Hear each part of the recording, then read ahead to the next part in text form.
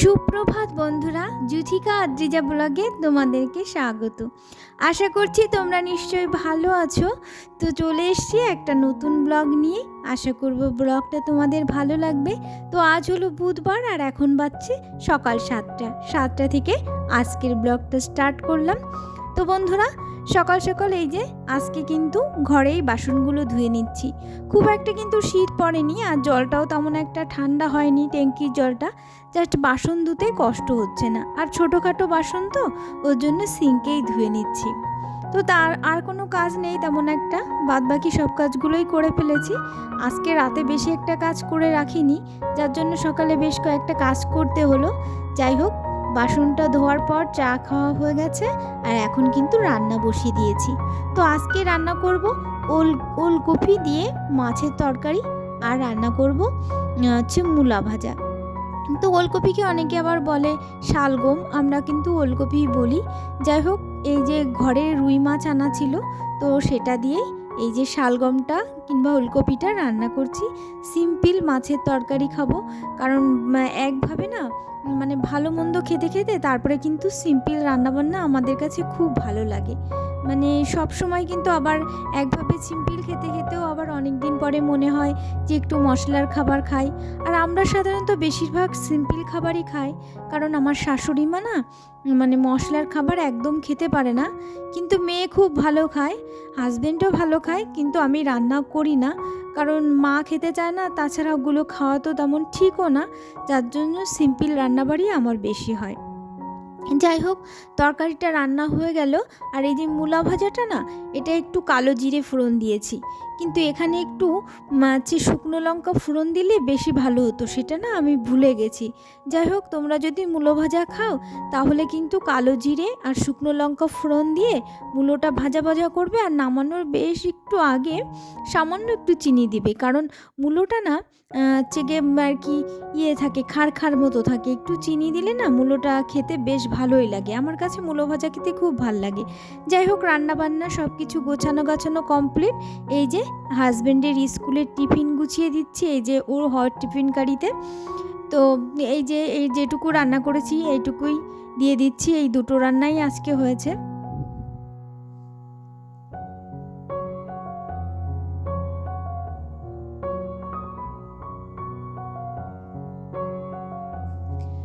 এই টিফিন কারিটা না মানে কম দামের হলেও না অনেকটা, মানে হাজব্যান্ডের কাছে জিজ্ঞাসা করলাম, বললো হ্যাঁ গরম থাকছে। যাই হোক, তারপরে কিন্তু সব কিছু রেডি। আর এই যে আমি আমাদের মাদুরটা না একটু রোদে দিয়ে দিচ্ছি। এই যে মাদুরটা অনেক দিন ঘরে যদি পড়ে থাকে, তারপরে রোদে না দিলে না কেমন ভারী হয়ে যায় আর কেমন ফান জমে যায়। তাই জন্য বেশ কিছুদিন পর পর আমি মাদুরটা না রোদে দিই, আর রোদে দেওয়ার পর মাদুরটা একদম হালকা হয়ে যায়। মানে এভাবে রোদে দিয়ে দিয়ে রাখলে কিন্তু মাদুর অনেক দিনই টেকসই থাকে। আর ঘরের থেকে থেকে একভাবে থাকলে এতে এতে ফান জমে যায় আর তাড়াতাড়ি কিন্তু পচে যায়। যাই হোক, তারপরে হাজব্যান্ড মেয়ে স্কুলে চলে গেল, আর আমি নিচের কাজ গুছিয়ে এই যে উপরে চলে আসলাম। উপরে না আজকে সোফাটার একটা নতুন রূপ দেব, কারণ সোফাটায় না মানে কেমন একটা খালি খালি লাগে, আর একটা বালিশ আমি নিজে হাতে তৈরি করে দিয়ে দিয়েছিলাম। তো তার জন্য ভাবলাম যে আজকে একটু নতুন করে, মানে আমার ঘরে থাকায় কিছু জিনিস দিয়ে আমি সোফাটাকে একটু নতুন করে সাজাবো। যাই হোক, এই কাপড়টা একটু রোদে দিয়ে দিলাম। আর কাপড়টা থাকলেও না কাপড়টার মানে ছিদ্র ছিদ্র থাকে, যার মধ্যে দিয়ে এই মানে সোফায় কিন্তু একটা হালকা ধুলো পড়েই থাকে। যখন কাপড়টা তোলা হয় কেমন একটা ধুলো ধুলো থাকে। তো বেশ খানিকক্ষণ ধরে কিন্তু আমার সোফাটা ঝাড়তে হয়েছিল। আর এই যে ভাঁজগুলো খোসখোস মতন থাকে, ওগুলোর মধ্যেও না ধুলোটা আর কি ঢুকে যায়। তো সেগুলো এই ঝাড়ুটা দিয়ে বেশ আস্তে আস্তে করেই কিন্তু ঝাড় দিয়ে বের করতে হয়। যাই হোক, ছোপাটা ভালো করে অনেকক্ষণ ধরে ঝাড় দিয়ে নিয়েছি আর ঝেড়ে নিয়েছি আর কি। আর ওদিকে যে কাপড়গুলো ওগুলো রোদে দিয়ে দিয়েছি। আর যে নিচে যে ঘাস পাপোশ ছিল ওগুলোও কিন্তু আমি রোদে দিয়ে দিয়েছি। তা ওটা আর দেখানো হয়নি। তো যাই হোক, তারপরে এবার ঘরগুলো ভালো করে ঝাড় দিয়ে নিচ্ছি। আর প্রত্যেকটা ঘর ঝাড় দিয়ে নিয়েছি, এবার হল ঘরটা ভালো করে একটু ঝাড় দিয়ে নিচ্ছি।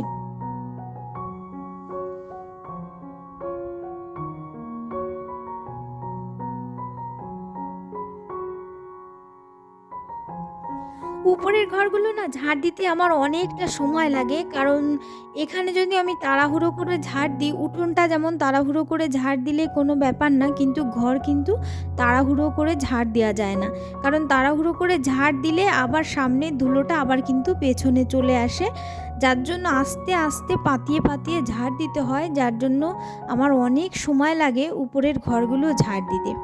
তারপরে গাছের কিছু পাতাও মানে শুকনো শুকনো ঘরের মধ্যে যে বাম্বু গাছগুলো রাখা হয়েছে, তো সেগুলো না পাতা কিছু কিছু জায়গায় শুকিয়ে যায়, তো সেগুলো থাকলে ঘরের ভেতরে ভালো লাগে না, সেগুলো কাঁচি দিয়ে কেটে কেটে না ফেলে দিয়ে যে সেগুলোই পড়ে আছে। তো যাই হোক, এই যে ঘাস পাপোশগুলোও কিন্তু রোদে দিয়ে দিয়েছি, এই যে ফাঁকা এই জায়গাটা, তো এবার ভালো করে সুন্দর করে পরিষ্কার করে ঝাড় দিয়ে নিচ্ছি। তো যাই হোক, ঝাড়পোছ সব কমপ্লিট। আর এই যে এই গাছগুলোতে দেখছি যে ছোট ছোট পাত্র, তো মানে খুব তাড়াতাড়ি জল শুকিয়ে যায়, তো 2-3 দিন জল দেওয়া হয়নি, তা দেখছি বেশ শুকিয়ে গেছে। তো এখানে অল্প অল্প করে জল দিয়ে দিচ্ছি, আবার বেশি জল দিলে না আবার কেমন একটা শ্যাদলা বটে যায়, তার জন্য না অল্প অল্প করে একটু 2-3 দিন বাদে বাদে জলটা দিয়ে দিই। এইখানে আবার ছাদের ব্যালকনি ছাদের মতো রোজ দিতে হয় না, কারণ এখানে তো বেশি রোদের তাপ পড়ে না, ওর জন্য। যাই হোক, স্নান করে নিয়েছি আর এখন কিন্তু 2:30 বেজে গেছে। তো দেখো, আমি না ওই যে আমার ঘরেই না কাপড় ছিল, মানে আমার হাজব্যান্ড আগের স্কুল থেকেই মানে এই কাপড়টা কোনো একটা দরকারে কিনেছিল, তো সেই আর কাজে লাগাইনি, তো সেই কাপড়টা দিয়ে আমি দর্জির কাছ থেকে এই যে খোল বানিয়ে নিয়ে এসেছি। সুপায় যে ছোট ছোট বালিশগুলো রাখে না, ওগুলোতে কি বলে আমি জানি না, তো ওইগুলো না আমি বানিয়ে দেব।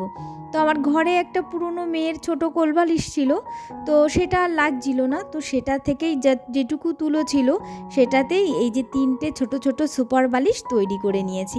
ভাবছিলাম এই বালিশটায় মানে এই কোল বালিশে তুলোতে হয়তো হবে না, সুপায় যে আগের বালিশটা ছিল সেটা থেকেও বের করে নিতে হবে, কিন্তু সেটা থেকে আর বের করে নিতে হয়নি। তো ওই কোল বালিশটার তুলোতেই কিন্তু 3টে হয়ে গেছে। তো দেখো, 3টে ছোট ছোট সুন্দর বালিশ তৈরি করে নিয়েছি। আমার কিন্তু এটা করতে অনেকটা টাইম লেগে গেছে, তো আস্তে আস্তে কোনায় কোনায় ঢুকিয়ে ঢুকিয়ে তারপরে করতে হয়েছে, তারপরে পরিষ্কার করতে হয়েছে, তারপরে আবার পাটি ঝেড়ে টেরে আবার এখানে বসেছি, কারণ ওই তুলো থেকে অনেক ধুলো পড়েছিল। তো যাই হোক, এবার সেলাই করে দিচ্ছি। দেখো, ঘরে থাকা জিনিস দিয়েই আমি কি করে সুপার একটা 3টে বালিশ তৈরি করে ফেললাম, আর এতে হয়তো সুপাটা কিন্তু আরও দেখতে বেশি ভালো লাগবে। আর আগের বালিশটা যেহেতু লাগলো না, তো থাক, ওটা দিয়ে আবার কোনো সময় অন্য কোনো কিছু হয়তো আইডিয়া মনে পড়বে। তো দেখো, 3টে সুন্দর বালিশ তৈরি করে ফেললাম, একদম কেনা বালিশের থেকে বেশি সুন্দর হয়েছে, কারণ আমি যখন সোফা কিনতে গেছিলাম তখন আমি বালিশ দেখেছিলাম, বালিশগুলো তেমন একটা ভালো না। যাই হোক, তারপরে কিন্তু ওই যে কাপড়গুলো রোদে দিয়েছিলাম সেগুলো ঝেড়ে পুচে নিয়ে এসেছি, আর এই যে ঘাস পাপোশগুলোও কিন্তু রোদে দিয়ে আবার ঝেড়ে পুচে নিয়ে এসেছি, এই যে পাতিয়ে দিচ্ছি। আমি বেশিরভাগ জিনিসগুলো যেগুলো রোদে দিলে ভালো থাকে সেইগুলো কিন্তু আমি সবসময় রোদে দিয়েই রাখার চেষ্টা করি, তো আর তার জন্য কিন্তু জিনিসগুলো অনেক টেকসইও হয় আর ভালোও থাকে। এতে একটু খাটনি হলেও আমার কোনো ব্যাপার না, মানে আমার জিনিসগুলো যদি ভালো রাখার জন্য একটু খাটতে হয় তাতে কিন্তু আমার কোনো কষ্ট হয় না। দেখো, বালিশগুলো সাজিয়ে নিচ্ছি, আর আমার ঘরে থাকা জিনিস দিয়ে আমি সুন্দর করে আমার সোফাটাকে সাজিয়ে নিলাম।